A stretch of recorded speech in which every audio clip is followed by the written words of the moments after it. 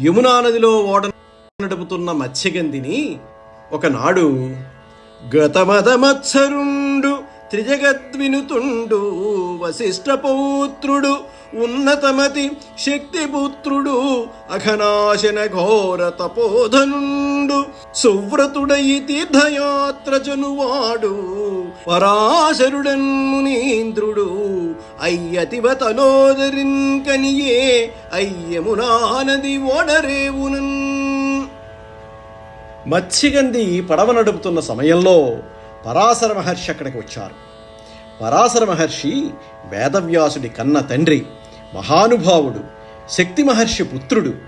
అంతటి మహాపురుషుడు తీర్థయాత్రకు బయలుదేరాడు. ఇప్పుడు పరాశర మహర్షిలో కామం కలగాలి. సత్యవతిని చూడగానే ఆయన మనసులో కామప్రచోదనం కలిగితే తప్ప వ్యాసుడు రాడు. వ్యాసుడు వస్తే తప్ప మనకి భారతం లేదు, వేద విభాగం లేదు, అష్టాదశ పురాణాలు లేవు. అంతటి మహాపురుషుని మనస్సును కదపగలిగేది ఎవరు? ఇప్పుడు పరదేవత అంతటి మహాత్ముని మనస్సుని కామప్రచోదనం పొందేటట్టుగా చెయ్యాలి. కాబట్టి ఈ కదలికలన్నీ పరాశక్తి చేస్తోంది. ఆయన మనసు సత్యత యందు లగ్నమైతే సద్యోగర్భమందు వేదవ్యాసుడు పుడతాడు. వేదవ్యాసుడు పుడితే తప్ప మనకెవ్వరికీ లోకంలో జ్యోతి వెలగదు. మనం బాగుపడాలంటే వ్యాసుడి వంటి గొప్ప మహాత్ముడు జన్మించాలి.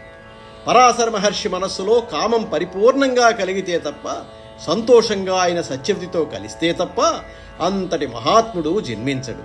అందుకని ఆయనలో కామప్రచోదనం ఎంతవరకు అవసరమో అంతవరకే చేసింది పరాశక్తి.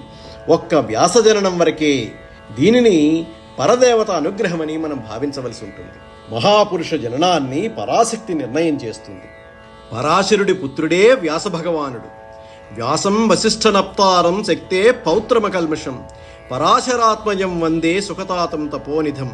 వశిష్ఠుడి మునిమనముడు, శక్తి మహాముని పౌత్రుడు, పరాశరుడి కుమారుడు, శుకుడికి తండ్రి అయిన వాడు వ్యాసుడు.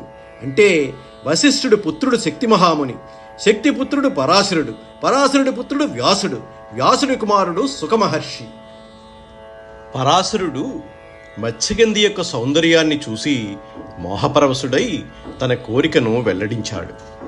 ఎంత శాంతులైనా, ఎంత జితేంద్రియులైనా ఏకాంత స్థలంలో స్త్రీల కూటమి తటస్థిస్తే చిత్తచాంచల్యానికి లోనవుతారు. మన్మధుని బలాన్ని ఓర్చగల జనులున్నారా? ఈ విధంగా మునిపుంగవుడైన పరాశరుడు సిగ్గు విడిచి తన కోరికను ఆ కన్యకు చెప్పగా, ఇందుకు ఇష్టపడకపోతే ఆ ముని శపిస్తాడేమోనని భయపడి, తనువు మీన్ పొలవల్చు జాలరిదానను అట్లనుగాక ఏను అనగా